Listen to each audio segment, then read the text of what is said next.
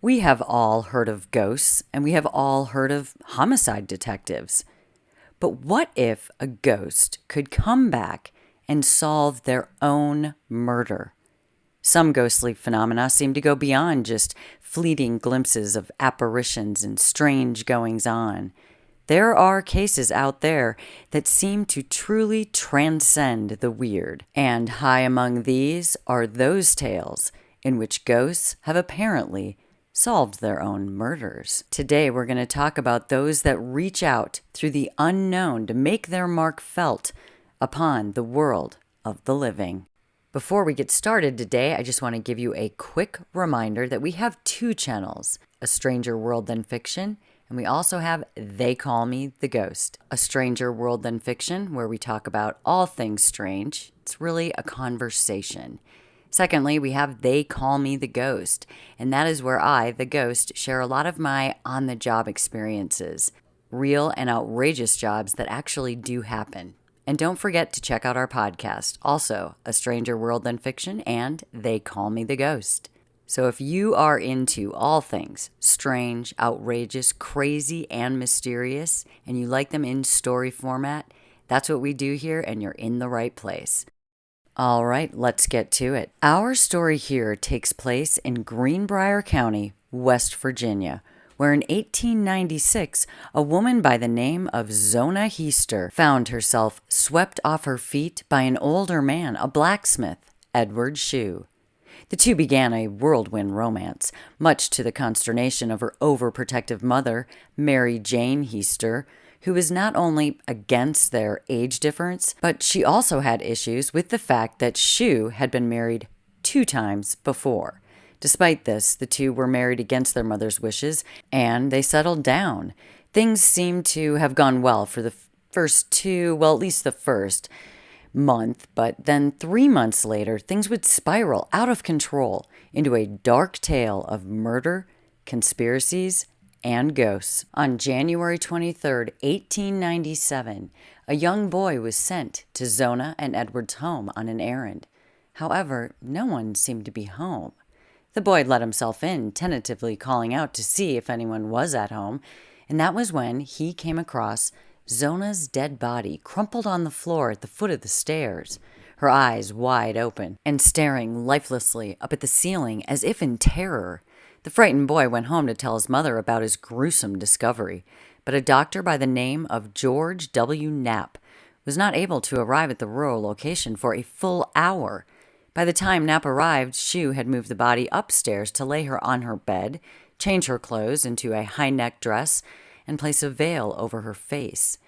Shue was described as deep in grief, cradling his dead wife's head and sobbing uncontrollably as Knapp did a cursory examination of the body. Oddly, when Knapp tried to do a more thorough examination, Shue forbade it, practically pushing the doctor away, but not before he noticed some odd bruising about Zona's neck. Knapp would make a preliminary judgment that Zona had died from what was called everlasting faint, which could be a lot of things, and then he changed it to childbirth, which doesn't make any sense considering that it is an unknown fact if she was pregnant, and she'd only been married to Shue for 3 months.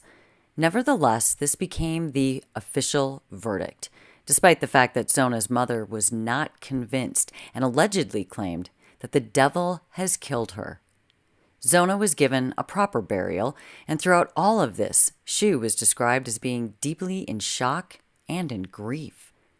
At the time, there was absolutely no reason to suspect that he had any hand in his wife's death, and there was not so much as a whispered rumor they had anything to do with it. However, his behavior at the funeral would be seen as, well, a bit odd.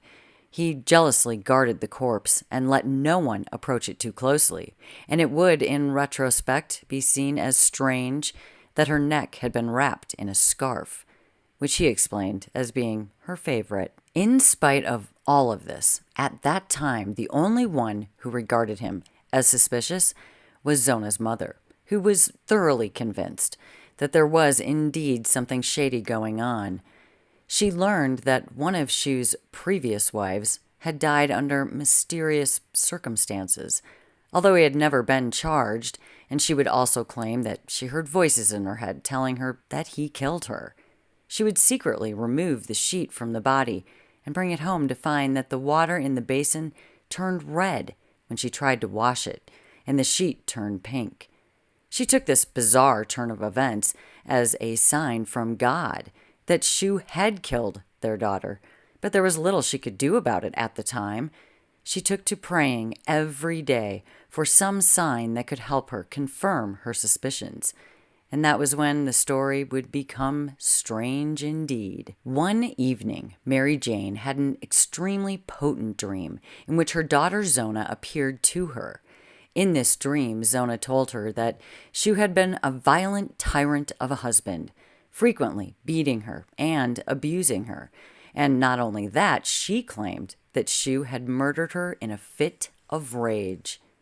Over the next 4 nights, Zona would go on to explain that Shue had become enraged over a meal one evening in which she had not made him any meat.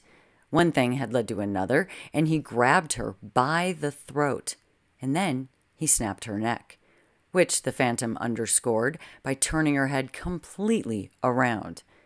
These dreams were so vivid and so real that Heaster was convinced that her daughter was actually coming back from the dead just to talk to her.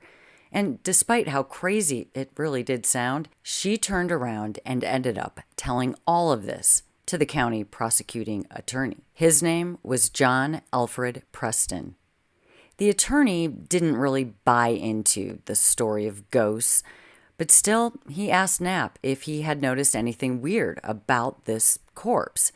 When Knapp confirmed that he had actually not been allowed to do a detailed examination because of Shue, red flags went up, and the attorney went about getting the body exhumed for a more thorough examination.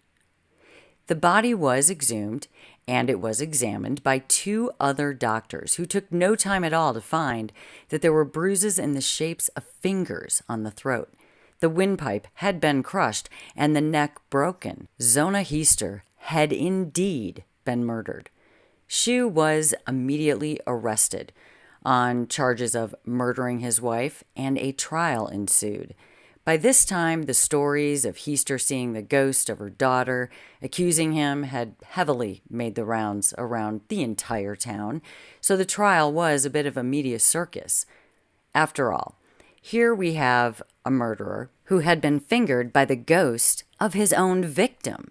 And whether one believed in ghosts or not, this was very compelling stuff for anyone. When the trial did get underway, Heaster's attorney, Preston, wisely downplayed the paranormal event to the tale, although Shue's defense leaned into it heavily, attempting to make Heaster out to be a loon and an unreliable witness. Amazingly, this backfired, and people began to really believe her bizarre story, despite the judge's constant pleas to disregard any testimony regarding this ghost. Well, through it all, Shue smugly assumed that there was not enough evidence against him, that it was all circumstantial at best. So it must have been quite the surprise for him when the jury quickly and unanimously found him guilty and sentenced him to life in prison. As Shue languished in jail, things got a bit exciting when a lynch mob formed and tried to forcibly break him out to face vigilante justice. This failed, and he spent the next 3 years rotting away until the flu got him in March of 1900, with no one claiming his body and him being buried alone. Heaster would stand by her story all the way to her own death in September of 1916. The whole weird affair of what has come to be known as the Greenbrier Ghost has gone on to be legendary in the region and is proudly advertised on a historical marker in the area as the only known case in which testimony from a ghost helped convict a murderer.